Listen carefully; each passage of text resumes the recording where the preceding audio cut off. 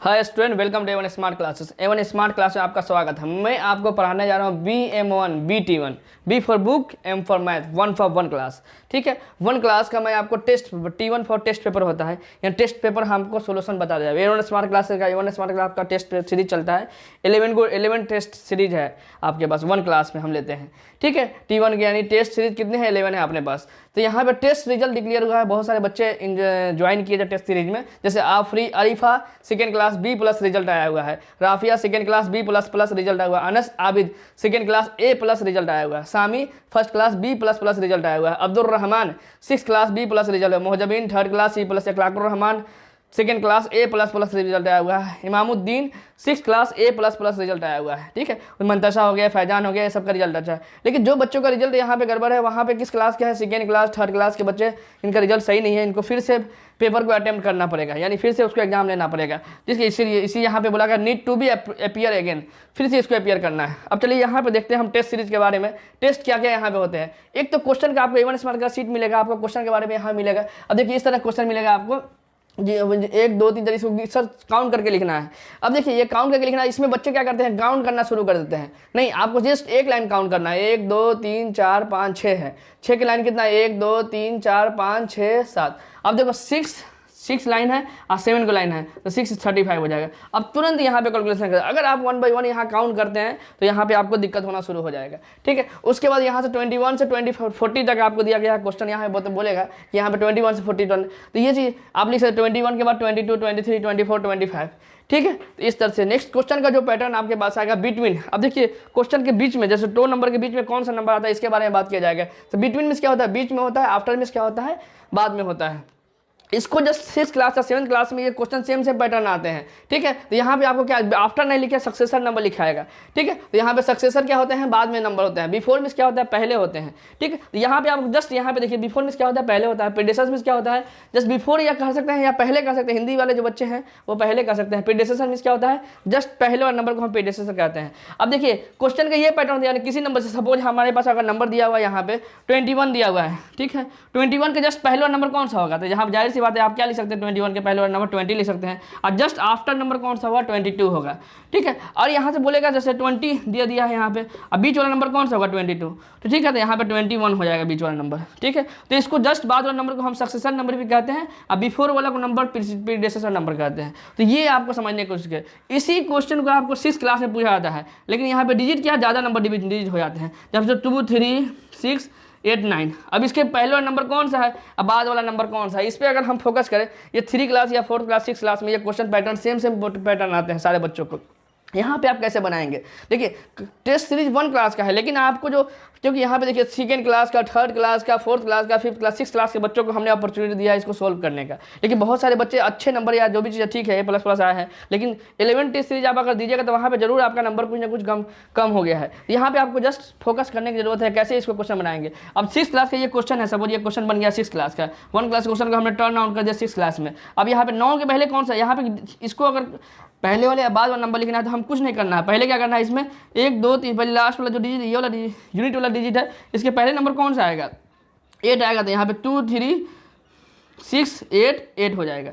और जस्ट बाद वाला सक्सेसर नंबर अगर यहाँ पूछता है तो यहाँ पे क्या 2 3, ये सब टोटल नंबर सेम रहेगा। चेंज क्या होगा, इस नंबर में चेंज होगा। 9 में अगर 1 ऐड करेंगे तो क्या 9 10 हो जाएगा, तो ये भी चेंज हो जाता है, 89 हो जाएगा, तो 2 3 6 और ये 19 हो जाएगा। इस तरह से ये हो जाएगा। अब उसके बाद जो नंबर आती है कि सपोज कोई भी आपको दे दिया है, इस क्वेश्चन के बाद बहुत सारे क्वेश्चन बनते हैं। एक तो बोला था स्कैनिंग ऑर्डर, स्कैनिंग। ठीक है, एक को होता है डिस्केंडिंग। अब स्कैनिंग में क्या होता है, बढ़ते क्रम होता है, बढ़ेगा तो उसका बढ़ते क्रम कहते हैं। ठीक है, और डिस्केंडिंग में क्या होता है, घटते क्रम कहते हैं। जैसे आप सीढ़ी पे चढ़ते हैं तो ऊपर की ओर जाते हैं तो वो स्कैनिंग हो गया, और नीचे की ओर जो आते हैं, ऊपर से अगर नीचे की ओर आ रहे हैं, यानी ऊपर की नीचे की तरफ आपकी तरफ आएंगे तो डिस्केंडिंग में हो जाएगा।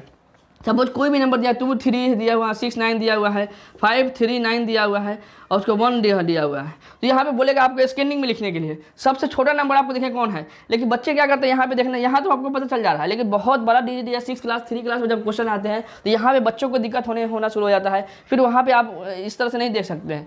ठीक है, तो यहाँ पे क्या करना पड़ेगा, सबसे पहले काउंट कीजिए, छोटा बड़ा पता करना, सबसे छोटा नंबर कौन होता है। यहाँ 1 डिजिट है, पहले डिजिट काउंट करना है, 1 है, 1 2 3 डिजिट का है, ये 1 2 ये कितना डिजिट का है, 3 डिजिट का है। ठीक है, और यह कितना 2 डिजिट का है, और ये कितनी का 2 डिजिट का है, ये सिर्फ 1 डिजिट का है। अब देखिए जो 1 डिजिट वाला होगा वो ऑब्वियसली क्या होगा, छोटा होगा, तो छोटा जितना रहता है तो मुंह बंद कर देते हैं, ठीक है, खुला हो जाएगा। उस तरह से 23 हो जाएगा, उसका 69 हो जाएगा, उसका 53 हो जाएगा, क्योंकि यहाँ 1 डिजिट का जाहिर सी बात है 2 डिजिट वाला छोटा होगा। अब 2 डिजिट में 10 पहले से, यहाँ 10 पे 2 है, यहाँ पे 6 है।